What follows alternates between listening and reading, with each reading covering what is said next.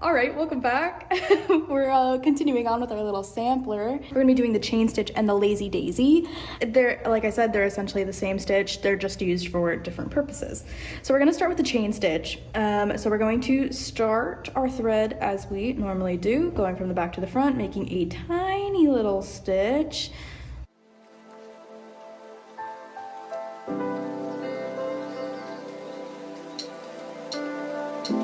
And then taking your needle, putting it through that little loop, pulling it tight, and now we're set to go.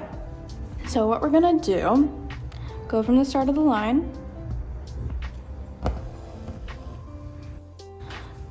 from the back to the front, and now we're gonna kind of try and create a little loop here, and we're going to put our needle back down where we came from.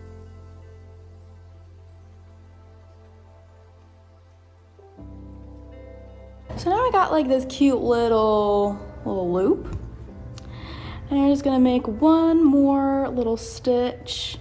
We're gonna come up kind of in the middle of the loop, and then we're gonna pull tight. And that's how long your little stitch is gonna be. So now we have one chain to the chain stitch. And then we're just gonna do that again. We're gonna go back down where we came from, keeping that excess thread out of the way, making one more, kind of coming up around there or so, putting your needle in the loop, and then pulling it tight.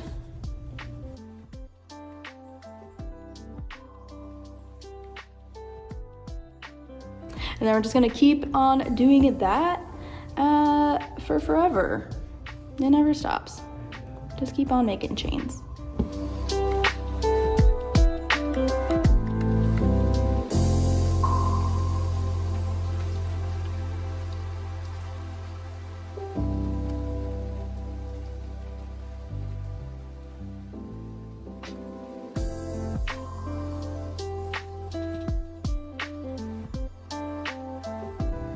Aha!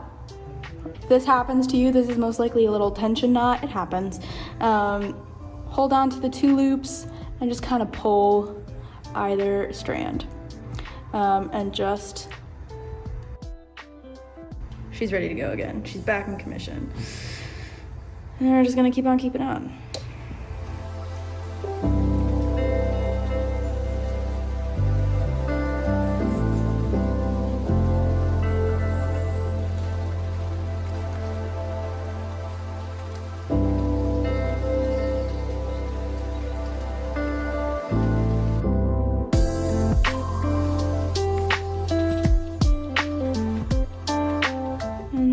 To finish off, so you see I've pulled the thread through that last little loop. I'm just going to put my last little stitch just outside of that loop and pull down, and now she is super mega solid. And then we're going to knot off like we normally do. Put your needle through one of the last little stitches, create a little loop, and then do a French knot, wrap. Put your needle in, wrap it like 2 to 3 times. 1, 2, da, da, da. And pull it tight. And then we're gonna do one more to save thread for the lazy daisy. We're just gonna keep on with this one. So now we've got this. Our thread is still ready to go. So to do a lazy daisy, we're basically just gonna do a single chain, just in a different formation. So I'll show you like how to do a single chain stitch. I do this a lot when creating like embroidery wreaths. A good example of using a single chain or a lazy daisy stitch is this hoop right here. You can find this in my Etsy shop, and you can see in the wreaths, so this is all a stem stitch like we did before up here. This is all a stem stitch, and then I continued the stem stitch through here, and then I just created each one of these as a single chain. So that's what creates the little leaf-like effect. That is what we're gonna be doing from the back to the front. And since this guy is already knotted off, I'm not too worried about it slipping through. For this one, I will also create the little, like the way that we normally start stitching. Sometimes this happens where kind of like integrating how to start this with the stitch. Just kind of got to improvise. It's like jazz. So you're gonna make that little stitch, and then you're gonna go back down to where you came from, like we do with all of these. I'm just gonna pull that through. Oh yeah, it will. So then you're gonna take it and you're gonna kind of tighten the back, just like applying tension on the loop. So that is all set and ready to go in there, but there's still freedom of movement. So now you've got this cute little loop, and you're gonna create a single chain. You're gonna start, put your needle through the loop there and pull it tight. And then to finish it off, so you got that ready to go, whereas normally with the chain stitch, you would like go back in and like keep going.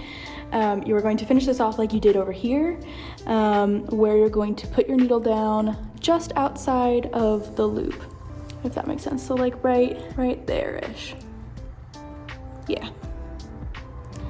And just kind of put that down and pull it tight. So now you have a single chain. So then for the lazy daisy, creating like a tiny little daisy effect, you're just gonna do 5 of these single ones together. It doesn't have to be 5, but I like 5. I think 5 makes sense. I'm gonna mark those out now with my cute little friction pen. This is usually what I use for creating patterns.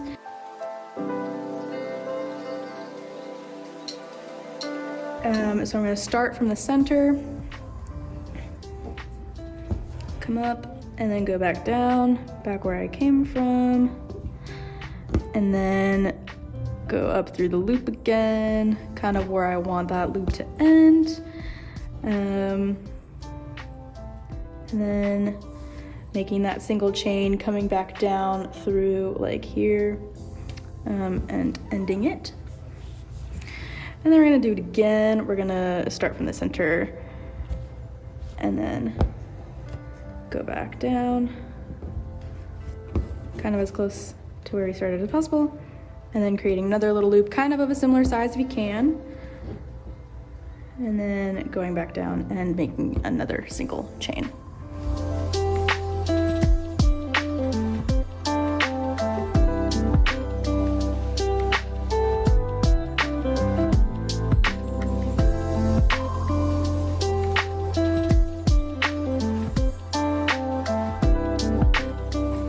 And now she's all done, this cute little flower. So that's how you do a really simple flower if you ever want to do that for a pattern that you want to create. I had a pair of like jean shorts that I used tons of like little lazy daisy stitches like on the back part of it, and it turned out really cute. So if that's a project that you find yourself interested in, go for it. And now we're just going to finish off our thread. And we are going to put our needle through one of these stitches here, and then create our little French knot. So putting your needle through the loop and wrapping 1, 2, 3 roughly times, and then pulling it tight, keeping the excess out of the way, and making one more French knot for funsies to use this thread again, because there's still plenty left. I'm just gonna snip, snip, snip. And there you have it. That is the chain stitch and the lazy daisy stitch with learning how to do like a single chain.